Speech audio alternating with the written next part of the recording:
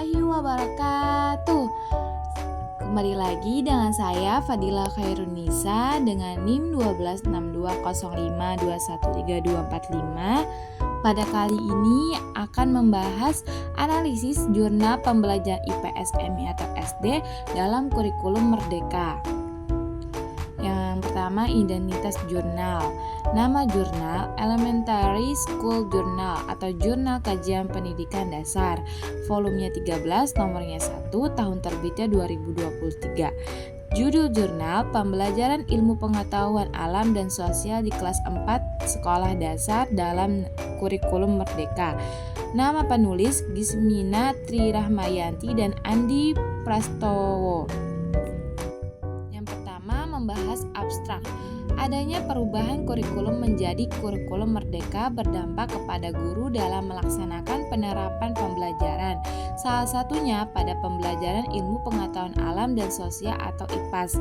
Oleh karena itu, guru harus mampu memahami perubahan kurikulum tersebut dan dapat menerapkan pembelajaran IPAS sesuai dengan tujuan pembelajaran yang diharapkan.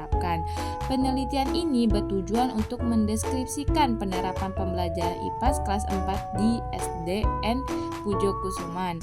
Jenis penelitian ini menggunakan penelitian kualitatif dengan pengumpulan data melalui wawancara, observasi, dan dokumentasi.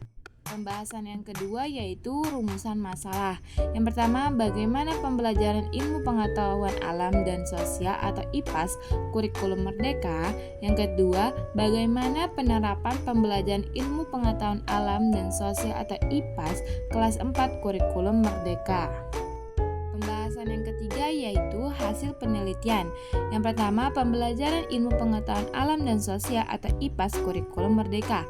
Mata pelajaran ilmu pengetahuan alam dan sosial merupakan ilmu pengetahuan yang mengkaji mengenai makhluk hidup, benda mati yang ada di dalam alam semesta serta interaksinya dan mengkaji kehidupan manusia sebagai individu makhluk sosial yang berinteraksi dengan lingkungannya. Pembelajaran pada pelajaran IPAS memiliki tujuan menjadikan peserta didik dapat memahami kerja alam semesta dan interaksinya dengan kehidupan manusia di muka bumi. Pembelajaran IPAS sendiri diimplementasikan pada jenjang sekolah dasar dengan mempertimbangkan bahwa anak usia sekolah dasar atau madrasah ibtidaiyah melihat segala sesuatu secara apa adanya, utuh dan terpadu. Usia mereka masih dalam tahap berpikir konkret atau sederhana, holistik, komprehensif, dan tidak detail, sehingga mata pelajaran IPA dan IPS disederhanakan menjadi satu karena kedua mata pelajaran tersebut dapat dikaitkan dalam fenomena kehidupan sehari-hari. Hasil penelitian yang kedua yaitu penerapan pembelajaran ilmu pengetahuan alam dan sosial atau IPAS kelas 4 kurikulum merdeka di SDN Pujokusuman. Dalam persiapan pembelajaran IPAS pada kurikulum merdeka di SDN Pujokusuman, guru mempersiapkan modul ajar pembelajaran IPAS berdasarkan hasil temuan diperoleh oleh data observasi dalam pelaksanaan pembelajaran IPAS di kelas 4 di SDN Pujokusuman menggunakan 3 tahapan yaitu kegiatan awal, kegiatan inti, dan kegiatan penutup. Elemen dalam pemahaman mata pelajaran IPAS tersebut yaitu membahas ruang lingkup mengenai materi bumi dan alam semesta dengan materi inti siklus air yang dikaitkan terhadap upaya menjaga ketersediaannya.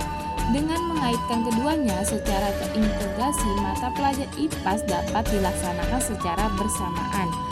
Pembelajaran IPAS dengan metode proyek tersebut menjadi salah satu karakteristik dalam penerapan kurikulum merdeka yaitu model penerapan pembelajaran menggunakan model pembelajaran berbasis proyek.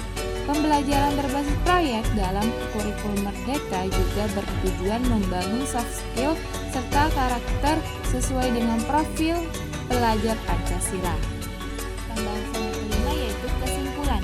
Penerapan pembelajaran IPAS kelas 4 kurikulum merdeka di SDN Pujokusuman mengenai materi pelajaran siklus air diintegrasikan dengan mata pelajaran IPA berupa materi terjadinya siklus air dan sumber air dan pembelajaran IPS berupa pemanfaatan penggunaan air bagi kehidupan sehari-hari.